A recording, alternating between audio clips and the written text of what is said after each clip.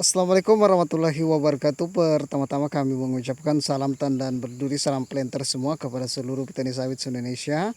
Semoga kita selalu diberikan kesehatan dan mudah-mudahan juga selalu diberikan rezeki berupa kelapa sawit yang berbuah melimpah. Amin. Oke kawan-kawan, di video kali ini kita akan coba membahas tentang herbisida atau racun rumput yang aman untuk kelapa sawit TBM. Ketika kita membersihkan piringan teman-teman, kita menggunakan herbisida ini. Nanti di video kali ini kita akan coba membahas herbisida jenis apa yang aman untuk pembersihan piringan untuk kelapa sawit TBM atau belum menghasilkan. Tapi sebelum itu silakan teman-teman dibantu dulu channel kami supaya lebih berkembang lagi dengan cara mengklik tombol subscribe dan jangan lupa dibagikan video ini. Mudah-mudahan punya manfaat bagi kita semua. Oke, kalau sudah kawan-kawan, terima kasih. Jadi ini adalah penampakan teman-teman kelapa sawit milik kawan yang sudah dilakukan pembersihan piringan menggunakan herbisida atau racun rumput. Kita lihat penampakannya. Ini umur sekitar 9 bulan setelah tanam, varietas Bahlias 1 semiklon. Kita lihat yang sebelah sana sudah disemprot piringan semua teman-teman ini.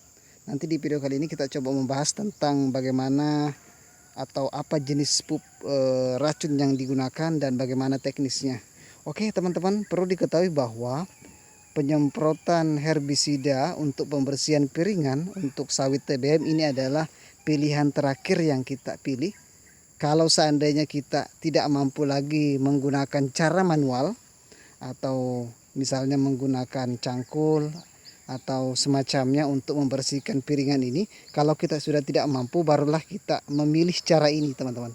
Ini adalah cara terakhir karena memang walaupun agak aman tapi pasti ada dampaknya teman-teman. Ini yang harus kita ketahui. Jadi yang pertama teman-teman, yang harus kita ketahui bahwa untuk penyemprotan piringan ini kalau menurut saya lebih bagus kita menggunakan racun kontak teman-teman, atau yang racun yang cepat mati. Atau biasanya kalau racun kontak ini biasanya ketika kita melakukan penyemprotan biasanya 1 jam kemudian itu langsung hangus teman-teman. Kalau teman-teman di sana menggunakan atau apa disebutnya, kalau kami di sini menyebutnya adalah racun kontak atau racun pembakar teman-teman. Jadi kalau untuk racun pembakar ini biasanya dia hanya menghanguskan daun-daun ini saja teman-teman, tanpa menghanguskan akar. Nah kalau kita menggunakan yang racun sistemik atau racun yang menyerang sampai akar, itu membahayakan kalau menurut saya. Jadi kalau bisa kita menggunakan racun yang jenis pembakar atau yang apa namanya kontak teman-teman, kayak semacam ini. Teman ini menggunakan racun kontak sehingga dia hanya membakar daun-daunnya saja tanpa harus sampai ke akar, karena kalau sampai ke akar bisa-bisa akar sawit yang kena teman-teman, itu yang membahayakan, yang harus kita ketahui. Jadi kalau menurut saya lebih bagus kita memilih yang racun kontak atau racun pembakar saja teman-teman. Oke, biasanya kalau untuk racun pembakar itu ciri-cirinya adalah warna racunnya itu gelap teman-teman atau hitam. Kalau ada teman-teman menemukan racun yang warna racunnya itu hitam atau gelap, berarti itu adalah termasuk racun pembakar atau racun kontak. Jadi teman-teman langsung bilang saja kepada pemilik tokonya mau beli racun kontak atau racun pembakar, pasti tahu teman-teman. Banyak sekali jenisnya. Oke, yang kedua teman-teman, tentu untuk melakukan pembersihan piringan menggunakan herbisida kontak kita harus sangat hati-hati. Karena apa? Ketika terkena pucuk-pucuknya atau ujung-ujung tajuknya ini bisa-bisa kuning juga kelapa sawit kita dan bisa-bisa stres teman-teman. Itu yang kita harus perhatikan. Jadi saran saya atau menurut pendapat saya, untuk penggunaan herbisida ini paling bagusnya itu dilakukan pada saat pagi-pagi sekali teman-teman, di jam-jam 6 sampai jam 9. Itu jam-jam atau waktu-waktu tepat untuk melakukan penyemprotan herbisida, karena pada saat itu tidak ada angin teman-teman. Biasanya kalau sudah di atas jam 9 angin itu kencang sekali. Ketika kencang anginnya kita harus memberhentikan proses penyemprotan, karena takutnya nanti hawa-hawanya racun itu akan terbawa angin sehingga nanti kena kelapa sawit kita ini. Nah, itu nanti akan menyebabkan kelapa sawit kita menguning dan akhirnya stres, teman-teman. Itu yang harus perlu diketahui. Jadi untuk waktu penyemprotannya di waktu jam 6 pagi sampai jam 9. Ketika sudah ada angin terasa, kita harus stop melakukan pembersihan piringan menggunakan racun. Silakan teman-teman kalau ingin berpendapat tentang jenis racun yang aman untuk pembersihan piringan dan teknisnya bagaimana.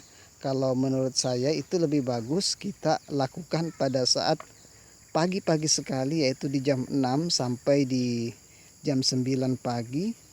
Ketika sudah ada angin, kita harus berhenti karena kita takutkan nanti bisa mengenai kelapa sawit kita. Dan untuk teknisnya juga teman-teman perlu diketahui bahwa ketika sprayer itu harus kita letaknya kita hadapkan keluar, teman-teman. Jangan kita menyemprotnya menghadap begini.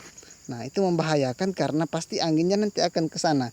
Jadi kalau kita mau menyemprot menggunakan tangki atau sprayer itu, jadi arahnya itu harus keluar kita menyemprotnya, teman-teman. Jadi kita misalnya di sini batang, jadi kita harus menyemprotnya ke arah luar begini, teman-teman. Kita menyemprotkan ke arah luar ini supaya apa? Anginnya itu atau embun-embunnya itu tidak langsung tampias ke batang atau ke daun-daun kelapa sawit kita. Itu mungkin sebagai diskusi untuk kita semua, bagaimana teknik penyemprotan menggunakan herbisida atau racun rumput. Yang menurut saya bagus itu adalah kelas yang racun kontak atau racun pembakar, teman-teman. Nah, kita lihat di sini yang sudah selesai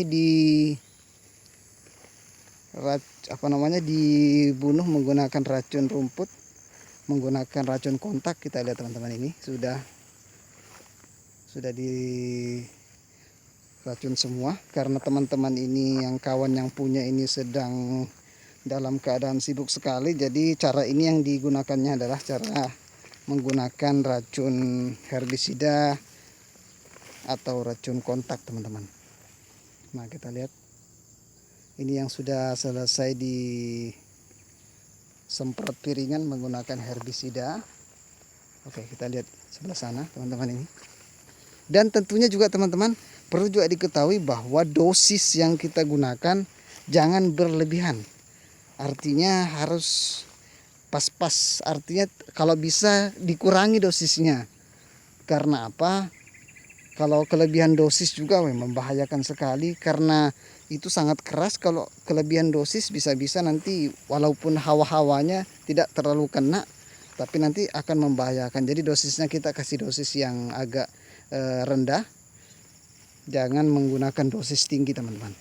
Oke, mungkin itu saya teman-teman sebagai sharing informasi kepada kita semua tentang bagaimana proses penyemprotan herbisida yang aman untuk kelapa sawit TBM. Assalamualaikum warahmatullahi wabarakatuh. Terima kasih.